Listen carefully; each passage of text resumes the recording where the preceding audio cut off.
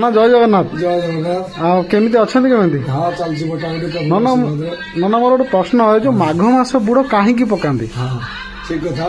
ବର୍ତ୍ତମାନ ମାଘ ସପ୍ତମୀ କାଲି ମାଘ ସପ୍ତମୀ ବୁଡ କହୁଛେ ଆମର ମାସର ଭିତରେ ଚାରିଟା ମାସ ହଉଛି ଆକା ମା ବହି। ଆଷାଢ ମାସ, କାର୍ତ୍ତିକ ମାସ, ମାଘ ମାସ, ବୈଶାଖ ମାସ। ତେଣୁକରି ଏଇ ମାଘ ମାସଟା ବୁଡ ବିଶେଷତଃ କଣ ନା ଏଥିରେ ସ୍ନାନ କରି ସମୁଦ୍ର ସ୍ନାନ କରି ଚନ୍ଦ୍ରଭାଗା ବୁଡ ଆମର ପ୍ରସିଦ୍ଧ।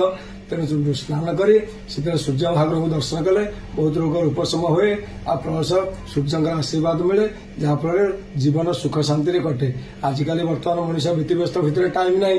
ତେଣୁ କିନ୍ତୁ ଯାହାହେଲେ କିଛି ନା କିଛି ଟାଇମ୍ ବାହାର କରି ତାଙ୍କ ପ୍ରତି ଏଇ ଶ୍ରଦ୍ଧା ରଖି ସୂର୍ଯ୍ୟଙ୍କ ପ୍ରତି ଆମେ ଯାଇ ଟିକେ ବୁଡ ପଡ଼ିଲେ ସେଇଟା ବହୁତ ରୋଗର ଉପଶମ ମିଳେ, ପୁଣ୍ୟ ବି ମିଳିବ। ତେଣୁକରି ବର୍ତ୍ତମାନ ମଣିଷ ତ ବହୁତ ବିଜି ନା। ତେଣୁ କିଏ କହ ଏଇଟା ଦେଲେ ଏପଟେ ପ୍ରଭୁଙ୍କର ଆଶୀର୍ବାଦ ନିଶ୍ଚୟ ମିଳିବ। ଏଇଟା ହଉଛି ଯେ ସୂର୍ଯ୍ୟ ହୁଅନ୍ତି ସକଳ ଶକ୍ତିର ଆଧାର। ତେଣୁ ତାଙ୍କରି ଉଦ୍ଦେଶ୍ୟରେ ଏଇଟା ଗୋଟେ ବୁଡ ପକାଯାଉଛି ମାଘ ମାସ ଧର୍ମୀୟ ମାସ ବୋଲି। ତେଣୁ ମାଘ ମାସଟା ସେଇଥିପାଇଁ ଧର୍ମୀୟ ମାସ, ଏଥିରେ ବହୁତ ଉପକାର ମିଳିବ ମଧ୍ୟ।